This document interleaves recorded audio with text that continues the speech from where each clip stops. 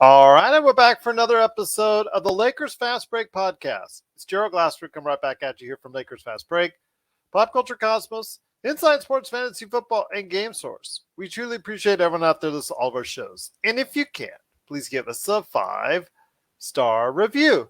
And my gosh, we need anything right now to lift our spirits up. And a 5-star review would be absolutely excellent wherever you get your podcasts. Plus, if you can share, subscribe, follow, or do anything that you can to support us right here at the Lakers Fast Break. Pop Culture Cosmos, where we cover the latest news and trends in pop culture twice a week, wherever you get your podcasts. Inside Sports Fantasy Football, where we're doing a Super Bowl special there this weekend, so check that out. Plus also as well, Game Source, where we cover the latest news and trends in the video game world. Plus our good friends at Lakerholics.com. Please be part of the conversation today at Lakerholics.com. And, of course, our wonderful friends that help support us, everything that we do at the Hoopheads Podcast Network at hoopheadspod.com, where they have a great array of NBA podcasts. And I'm sure many of them are ridiculing the Lakers as we speak, like many of the podcasts that are out there. But still, support them anyways at hoopheadspod.com. And if you do, it is sincerely appreciated. Well, the Lakers, with everything going on with the Russell Westbrook drama still continuing, seeming like a shadow that's like covering over the heads of all the teams, especially the entire Lakers team right now, as they headed to Portland on a back-to-back, second game of back-to-back, as they headed to Portland to play Portland doesn't actually have a G League affiliate per se. When they have their guys that they send to the G League, they send them to various teams. They don't have their own G League team. But with all the changes that they've made in the past 48 hours, 72 hours actually, they have fielded pretty much Anthony Simons, Jurko Nurkic, and a G League affiliate team. So pretty much you could call it the Portland Trailblazers affiliate team that was there tonight against the Lakers. But you know what? Those young guys, which actually lost the previous night to the NBA's worst team, the Orlando Magic, came to play tonight. And unfortunately, the Lakers didn't in a back-to-back. Their free throw shooting was atrocious, under 50% from the free throw line. Turnovers everywhere. They had over 20 turnovers. In fact, they had 21 turnovers. Just absolutely horrendous. And they found a way to lose. When you're having a season like this, and a season that's well below your expectations, you find ways to lose. And the Lakers did in many which ways, as Portland just capitalized time and again off the Lakers' miscues and turnovers and missed shots, as they end up losing 107-105. They could not handle at all Anthony Simons, who is one of the key reasons why Portland has made so many maneuvers in the past couple of days, as he went off after a slow start for 29 points. And you see the futures there with him. Just a tremendous performance from him in the second, third, and fourth quarters especially. And then LeBron James, trying to do what he can. 6 turnovers, unfortunately, but 30 points, 7 rebounds, 7 assists when he came in the game questionable with his knee. Russell Westbrook, you can't blame it on him because he sat out today. So, the whole Lakers crew, the whole Lakers Twitter, they can't blame him. But again, his shadow is casting just an ugly shadow over the entire team at this point. But here today to talk about the game, and also we will preview what we're going to be doing tomorrow for NBA trade deadline special. He's a good man indeed. Please go ahead and support him and his great article that he just dropped at Lakerholics.com. It is LakerTom, and LakerTom, we said it, you said it yesterday. We're here when they lose, and nobody else is when we win, when we lose. But you know what? They played awful. Absolutely awful. You could say it's back-to-back, fatigue, whatever you want to say. They had a chance to go in. And you can't say that we didn't expect exactly what we got. This is what we are. This season, it is what it is. But it's just disappointing when you see the kind of talent Portland was rolling out there tonight, where it was really Jusuf Nurkic, Anthony Simons, and pretty much that's it. It's just truly disappointing. Well,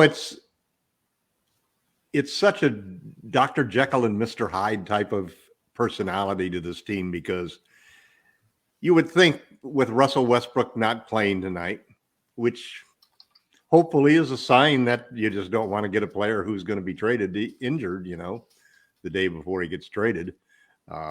But you'd expect the team to come out and play better than they did, especially against an undermanned Portland team that basically is a G League team. But they've got two guys who are pretty good players, and they both outplayed their Laker counterparts, if you will. AD, I don't know what's gone on with him the last two games, but Giannis and Nurkic just basically have torn him apart defensively.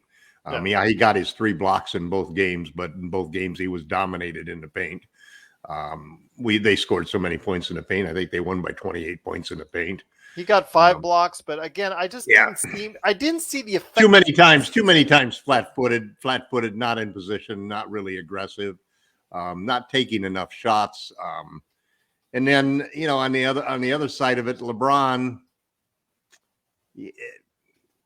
there's something missing from LeBron in the last couple of games. And part of it is that you see him make some moves where his legs give out underneath him, moves that you'd get when you're tired or when you're overworked.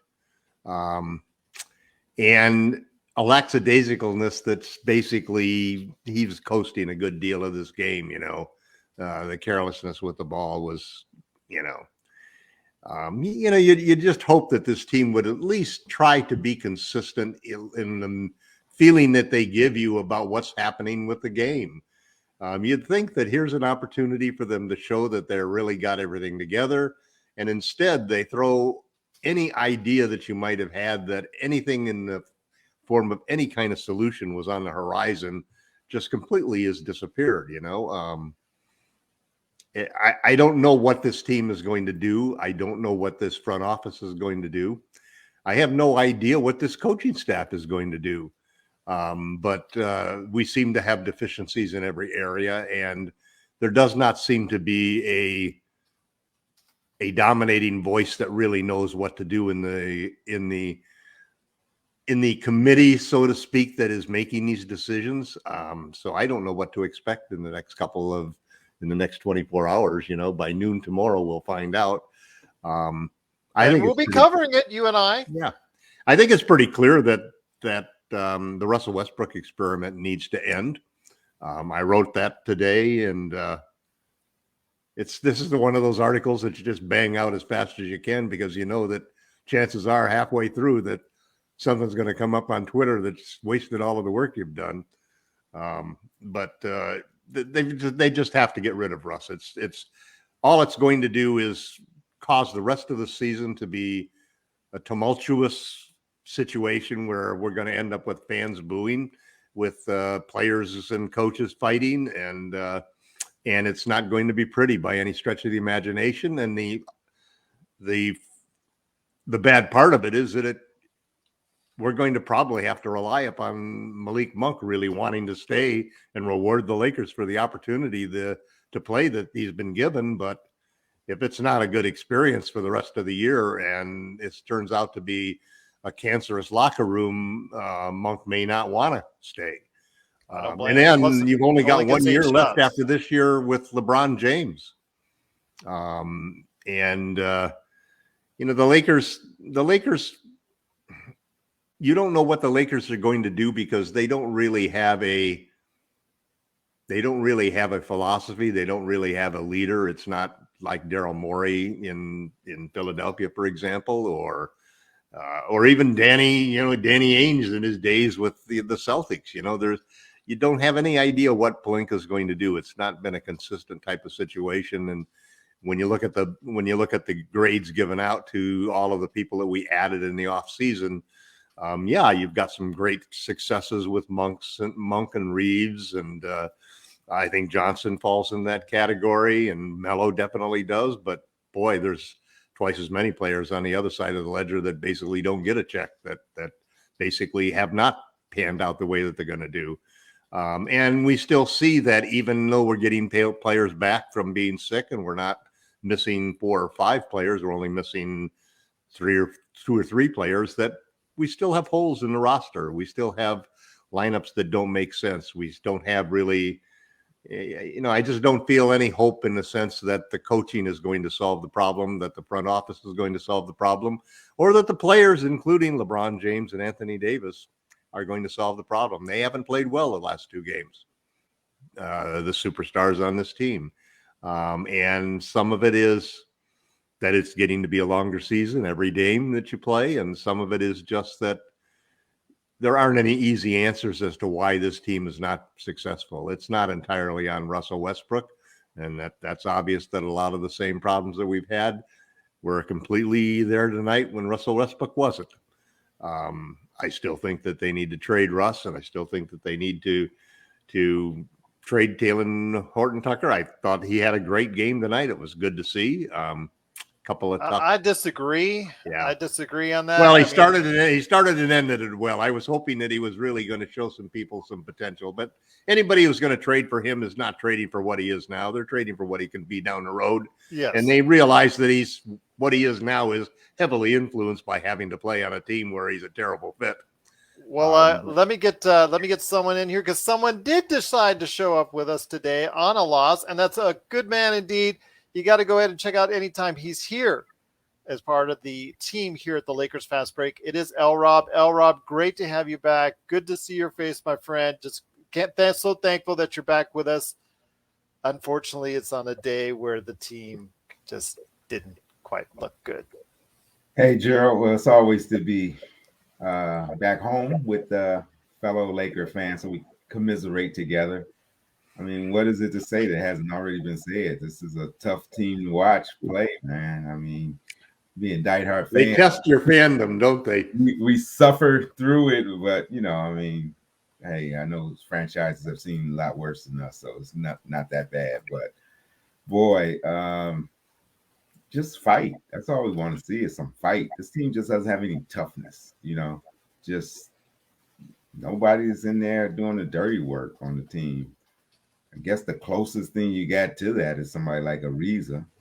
Trevor's 37 or something, and he's not really a physical guy, but he's going to kind of fight a little bit, and Stanley tries to bring some of that attitude. But how many times did you see guys camped out in the corner and you just cut baseline and, hey, let me just cut. I'll get a wide open layup. I'll get a lob, a dunk. It's, it's basic, simple things. So, yeah, I'm glad they lost without Russ. I mean, it's easy to have one guy as a whipping boy, and of course Russ hasn't played good, but good.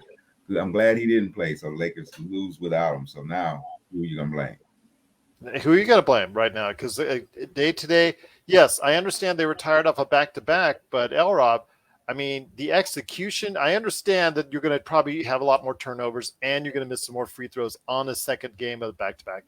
But to do it against a team like this, against Portland, which, again, a lot of these players are G League level or G League affiliate type players. Again, Portland has no official team. They still send their players to G League affiliates all over the G League. But a lot of these players they're just not NBA consistent quality starter or rotational players. Yet they were all given a chance to shine today against the Lakers. Portland played yesterday too, so they had a back against Orlando, and they lost. Yeah, blew out by the worst team. They were saving it for the Lakers, apparently.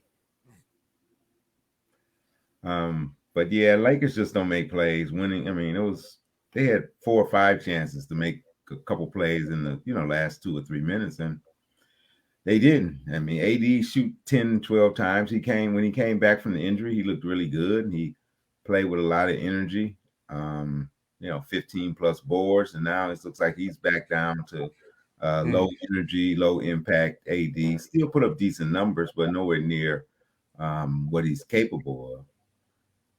Malik Monk, I mean, he's been a nice addition to the starting lineup, something we've asked for quite some time before he finally got there, and he's been producing.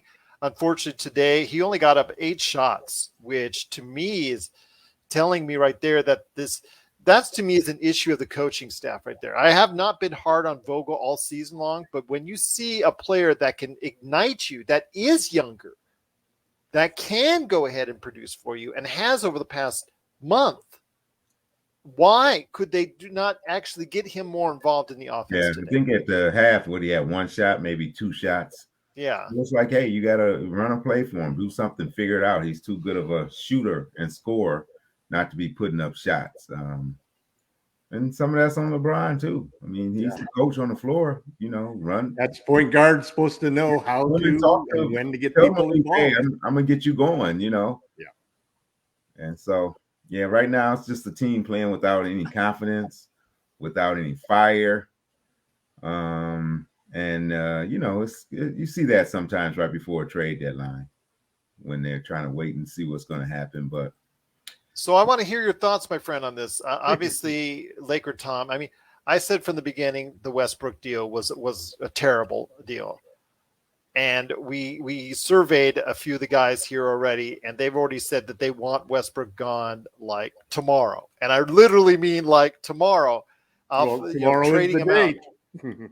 I'm saying and this is strange for me to say this. I'm saying you got to hold on to him until he becomes more valuable with his expiring contract this summer, not next year.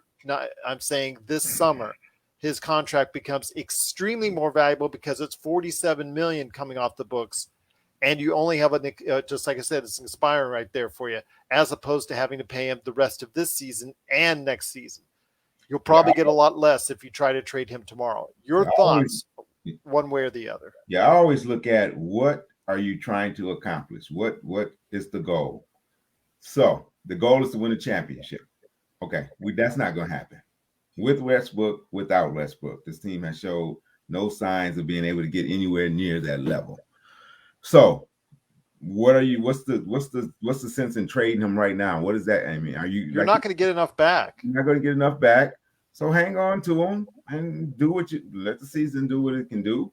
He has the capabilities of doing something, but if you just ship him out just so you have a little bit better harmony and you don't have to have the fans boo and you showing you're making a move, that's almost as bad to me. Unless you're probably going to have to get rid of that 2027 first round pick. Is the decision to get him in the first place. So, I'm with you, Gerald. You gotta hold him. And that's something I think we got to talk about here real quick. And I'll get LakerTom back onto this because you've been the biggest proponent of trading him right now. Is that you'll need to go ahead and attach that 2027 first round pick along with it. That to me is very concerning. Maybe I think that they have that in their back pocket. But I think that's very concerning if they do, and that's a serious mistake if they do, because again, LeBron and AD will not be here in 2027. I think you should wait until they're gone first before you decide to do something with that pick, or if you see a point where you can actually find a true path to a championship. This year, I agree with LRob, with or without a major move for Westbrook, whether you trade him or you keep him, I really don't think you have a chance for the Lakers this season to go all the way. It just does not look like that's going to happen. I don't think that there's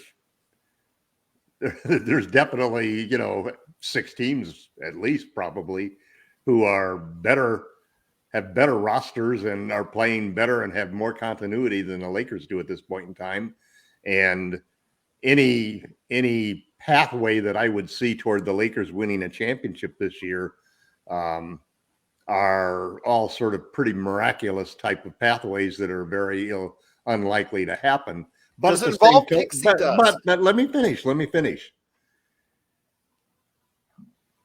There are 2 different ways that I think there's 2 different factors that I think are really important. One is that LeBron James at 37 is not the Superman that everybody is thinking that he is right now.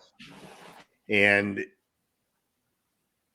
there's still a chance that he could win a championship if he and Anthony Davis are playing at his best and they don't have all of the distraction, all of the dysfunction, all of the discouragement that is associated now by having 2 players who basically don't fit in this roster, which are Russ and Talen Horton-Tucker. And they need to cash those players in for some size so that they can win these battles in the paint and win these battles in the background. And they need to definitely have a different set of trading chips when they get to this summer than they have right now, because what they got right now is not going to be great. And if you want to stand pat and hold on to those trading chips that you've got right now, well, they aren't going to be worth that much more in the summertime. And John Wall will be worth just as much as Russell Westbrook will be as an expiring contract. And he's a player that can be coached and so forth. And you're going to have a bloodbath if you don't. And if you believe anything differently, that the rest of this year is going to go fine as the Lakers try to battle what Frank wants to do versus Russell Westbrook, who's already said he's entitled to finish games. Well, Vogel says it's whoever's going to help the team that's going to finish the game, Russ. It's not you. And you're not entitled to do that. And he has the right and the power from the management to manage the situation. So you have to cut your losses now, because if you go through the next 28 games and you lose 15, 16, 17 of them, which is what's going to happen if you've got Russell Westbrook still on this roster, it's going to be a bloodbath. It's going to be such a bloodbath that you're going to risk Malik Monk not wanting to stay here. Definitely not wanting to give us a hometown discount. And you're going to risk LeBron James, who has only 1 year left after this year on his contract. You're going to risk him maybe wanting to go somewhere else, because he sure doesn't look engaged right now. He sure doesn't look like the LeBron James who says, I'm going to lead this team to victory and I'm going to solve all these problems. He looks like a guy who seems to be beaten down and doesn't know what the answer is. And Father Time is creeping up over his shoulder every single game. So you waste LeBron James, a year of LeBron James, which may be the only 1 or 2 or 3 years left that he's got in his championship window. You better go out there and do everything you can to make the team better. And I think that that's the attitude the Lakers have. And I think the reason Russell Westbrook didn't play tonight was very simply they didn't want to risk him getting injured, because he's gone. Yeah, that goes without saying. But Tom, so I'm supposed to trust the front office that did all of this to get us in this situation of miraculous. Hell no, Lee. It's just going to be a nightmare, and we just have to hope to come up with some miraculous, pull off some great trade where we're going to get a decent value for Tucker and for Westbrook. Probably do nothing is the worst that he'll do. I don't think he's going to, he's not going to match Jim Buss's, great moves of bringing in Deng and Mozgov. I mean, I don't think we're in that situation, but we've handicapped ourselves so much because they want to have cap space in after LeBron leaves in case he doesn't come back. Okay. So that means that you can't take anything except expiring contracts. Now, if you want to trade, and when you look at the trades like the trade that the Clippers made, that trade is made because of the contracts involved. It's not made because of the talent involved. Well, that's made because your owner is front office. No, hey, Tom, that trade is made because the owner of the Clippers is one of the richest human beings on the planet and is willing to pay taxes because their tax went up with Norman Powell. Forget about but it's also because we could have matched that had we had given AC a contract. It was so stupid. Well, Jeannie Buss is not one of the richest human beings on the earth. We won't take players with contracts. We won't take players, that don't have some defensive ability. We won't take players that are going to be. We have just so many restrictions financially that it will cause luxury taxes, that we're left with a very difficult task to do stuff. But the good part of it, I think, is that this is sort of like when you're past the ball and there's 2 seconds left and you're behind the 3-point line and you fire away. No pressure. No pressure. I'm just telling you right. No pressure. There's no pressure on Rob Pelinka because everybody knows who really made this trade. This trade was made by LeBron James and Anthony Davis. And this trade was also made by Rob Pelinka. What Rob Pelinka can do is he can fix it. Rob Pelinka also made these surrounding moves of all the additional players and all the ancillary. He did a terrible job of finishing with the idea of how they were going to make this Westbrook thing work. But well, again, Rob just- Pelinka, I place a lot of the blame on him, but it's an organizational issue right now from top to bottom where well, this we'll know. whole entire We'll organization. know by noon tomorrow. That's for Well, sure. we'll know by noon tomorrow. I don't think you're going to get much back. back for Westbrook. I really advise against it. Plus, if you give up that first round pick in 2027, I think that's a total mistake. You think But- LeBron gives a damn about a pick that's going to be there when I he's give about the long future gone? of the franchise, right? This team, again, you're not going to bring in something for Westbrook that is going to change the dynamic of It's future addition of this by season. subtraction. It's addition by subtraction. And even well, you saw tonight he wasn't in there, and you saw tonight they couldn't get it done against basically a G League team. So that addition by subtraction thing doesn't fly very far. Well, one game is not proof of anything, Gerald. It's a start. It's a start. Remember, we were saying that. Let's see what happens if the Lakers. We were saying that at the beginning of the season about one. If the Lakers don't trade Westbrook, they're making a second serious mistake. What's the record going to be in the second half, Tom? What are you looking at if Westbrook plays? If they don't trade Westbrook, they won't be 500. They'll be under 500 for the second half. They'll be under 500 if they don't trade Westbrook. And if they pull off a good trade, they'll be 500. No, I think that there's. We're talking about 2 or 3 games difference. I really do think that there's a chance that they could work their way up with a little bit of luck and make up the 4 games that they're behind. Maybe 5 games, I guess, now that they're behind from getting into the 6th spot, or at least get into the play-in tournament. And then if they're hot in the play-in tournament, they could win a couple of rounds. It's even conceivable that they could get a great addition in the buyout market. Something might happen with respect to the trades and so forth. But anything that's good for happening with us is like 25 to 1 or 100 to 1 shots. It's not like these aren't things that you're going to gamble on. But I know one thing is for sure, we have to have a different set of trading chips when we go into summertime than what we've got right now. Yeah. If you don't move Horton Tucker, he's not going to be worth any more at the end of that. And he's going to screw up the rotations all the way through the rest of the year. And the same is true with Russ. His lack of defense is not how can you get the team to play consistently when one of your players is going to be totally inconsistent, no matter what you do? He wouldn't even work out with Phil Handy. He refused to be coached by Phil Handy, who LeBron and AD both work on individual moves all the time. Yeah. And then his comments about being entitled and so forth, saying that Vogel never really told him anything about anything of what's happening. I don't totally disagree with him being to being able to play the 4th quarter in some of them games. But hey, that's a communication issue. That's a communication issue. The Lakers should have had that worked out prior to him coming there, as far as him working out with Phil Handy or doing whatever it takes. And if they believed he would do those things and he did a about face on them, I don't know. But this is LeBron James' team, and he gets the credit when they're winning. He's putting up good numbers, but his numbers look awful lot like Russ some of these games. Yeah, isn't that interesting, huh? Yeah, it's like, these are empty numbers, LeBron. He makes sure he gets his 25 every game, doesn't he? Yeah, I don't care if you get 30, but it's got to be over 25. He's not making his teammates better, which is something he used to do. Yeah. And that's part of it right there. We've been reduced to just enjoying LeBron putting up his 25. It's almost kind of like, Kobe's last hurrah, even though LeBron's way more talented at this point. That's what it was more fun. It was more fun watching Lonzo and when he was a rookie and those teams, even though they couldn't win, than it is. This is like one of the most torturous seasons that I can remember.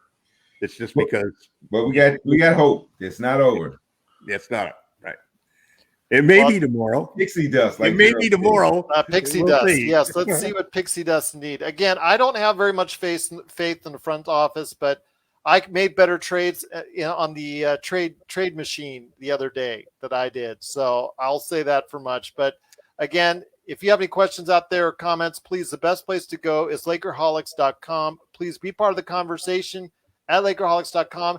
And you can also return to us here because we will be live at 10 a.m. Pacific, going all the way through the NBA trade deadline at noon Pacific. So that's going to be very interesting to see what happens. We'll go ahead and report on everything that's going on. Fast moving. In fact, we'll talk about the Joe Ingles trade and also a major trade that was a minor trade. What do I mean by that?